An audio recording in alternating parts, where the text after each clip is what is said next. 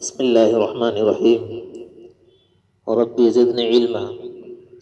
نومید کے اسباب چل رہے ہیں اور بدل کی بحث چل رہی ہے۔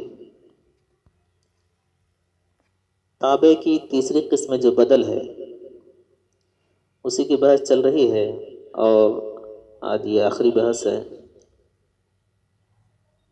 آج کے سبق کا تعلق گزشتہ اسباق سے ہے، یعنی بدل سے ہے۔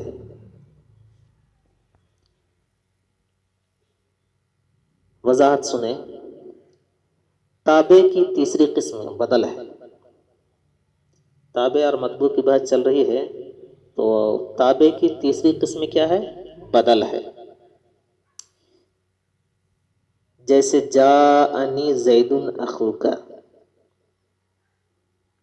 جاءنی زید اخوک، کیا معنی ہوا؟ میرے پاس زید تیرا بھائی آیا، میرے پاس زید تیرا بھائی آیا۔ جاء کی نسبت اصل میں اخوکا کی طرف کرنا مقصود ہے۔ جاءنی زید اخوک، میرے پاس زید تیرا بھائی آیا۔ تو یہاں جو جاء ہے، اس جاء کی نسبت اصل میں اخوکا کی طرف کرنا مقصود ہے، یعنی جاء کی نسبت جو ہے اصل میں اخوکا کی طرف کرنا ہے۔ جاء کی نسبت اصل میں اخوکا کی طرف کرنا مقصود ہے، زید کی طرف نہیں، بلکہ جاء کی نسبت اصل میں اخوکا کی طرف کرنا مقصود ہے۔ زید مطبوع، اب یہاں سوال ہوتا ہے کہ پھر زید کو یہاں پر کیوں، زید کا ذکر کیوں ہوا؟ تو زید جو ہے، زید مطبوع جو ہے، اس کو بطور تمہید یہاں پر ذکر کیا گیا ہے۔ زید جو مطبوع ہے، زید، اس مطبوع کو بطور تمہید یہاں پر ذکر کیا گیا ہے۔ بات ختم ہو گئی؟ چلیے تعریف سنیں۔ بدل وہ تابع ہے، بدل کی تعریف، بدل وہ تابع ہے کہ جس چیز کی نسبت مطبوع کی طرف کی گئی ہے اس نسبت سے دراصل وہ مقصود ہوتا ہے۔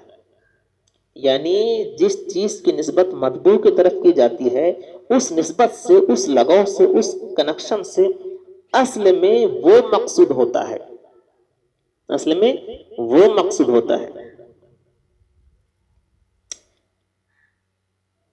بدل وہ تابع ہے کہ جس چیز کی نسبت مطبوع کی طرف کی گئی ہے اس نسبت سے دراصل وہ مقصود ہوتا ہے۔ بدل کی چار قسمیں ہیں، بدل کی چار قسمیں ہیں۔ آپ اس سے پہلے آپ پڑھ چکے ہیں۔ مثال ملازمہ، مثالیں دیکھیں آپ۔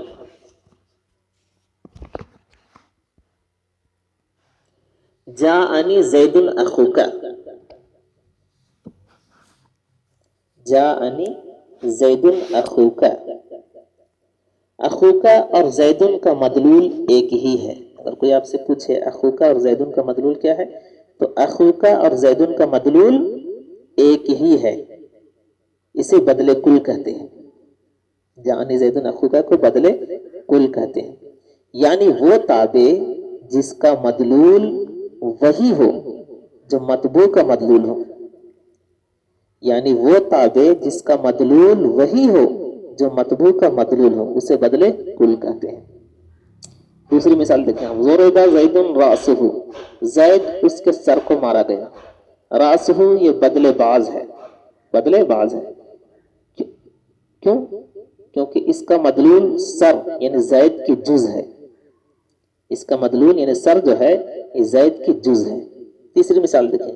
صلب زید، صلب زید ثوبہ، زید چھینا گیا ہے اس کا کپڑا۔ ثوبہ بدل استعمال ہے، اس کا مطبوع کے ساتھ ایک خاص تعلق ہے، اس کا مطبوع کے ساتھ ایک خاص تعلق ہے۔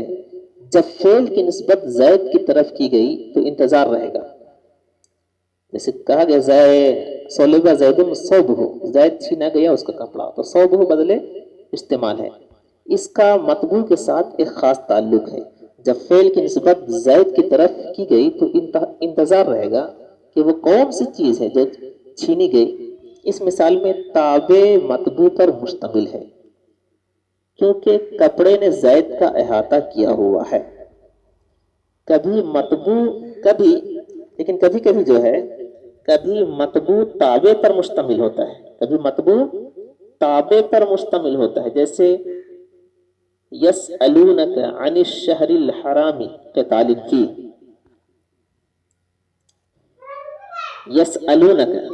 یسألونک عن الشہر الحرام قتال فیہ، یسألونک عن الشہر الحرام قتال فیہ، وہ تم سے شہر حرام کے بارے میں سوال کرتے ہیں، اس میں جنگ کے بارے میں۔ تو یہاں قتال فی جو ہے بدل استعمال ہے، قتال فی بدل استعمال ہے جس پر شہر حرام مشتمل ہے۔ کیوں؟ کیونکہ وہ ظرف ہے، کیونکہ وہ ظرف ہے۔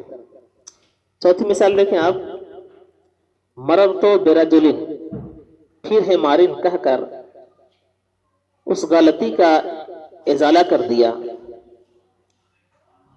میں ایک مرد بلکہ گدھے کے پاس سے گزرا۔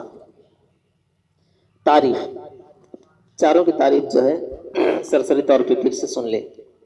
بدل کل وہ تابع ہے جس کا مدلول وہی ہو، بدل کل وہ تابع ہے جس کا مدلول وہی ہو جو مطبوع کا مدلول ہو، بدل باز وہ تابع ہے جس کا مدلول مطبوع کے مدلول کی جز ہو، بدل باز وہ تابع ہے جس کا مدلول مطبوع کے مدلول کی جز ہو، بدل استعمال وہ تابع ہے جس کا مدلول مطبوع کا ایسا متعلق ہو کہ مطبوع کے ذکر کے باوجود اس کے انتظار رہے گا، اس کا انتظار رہے گا، خواہ تابع مطبوع پر مشتمل ہو یا مطبوع تابع پر۔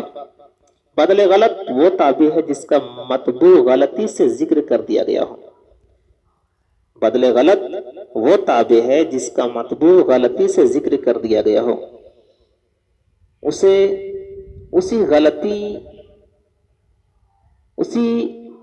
غلطی کا ازالہ کرنے کے لیے لایا جائے، اسے بدل غلط وہ تابع ہے جس کا مطبوع غلطی سے ذکر کر دیا گیا ہو، اسے غلطی کا ازالہ کرنے کے لیے لایا جائے۔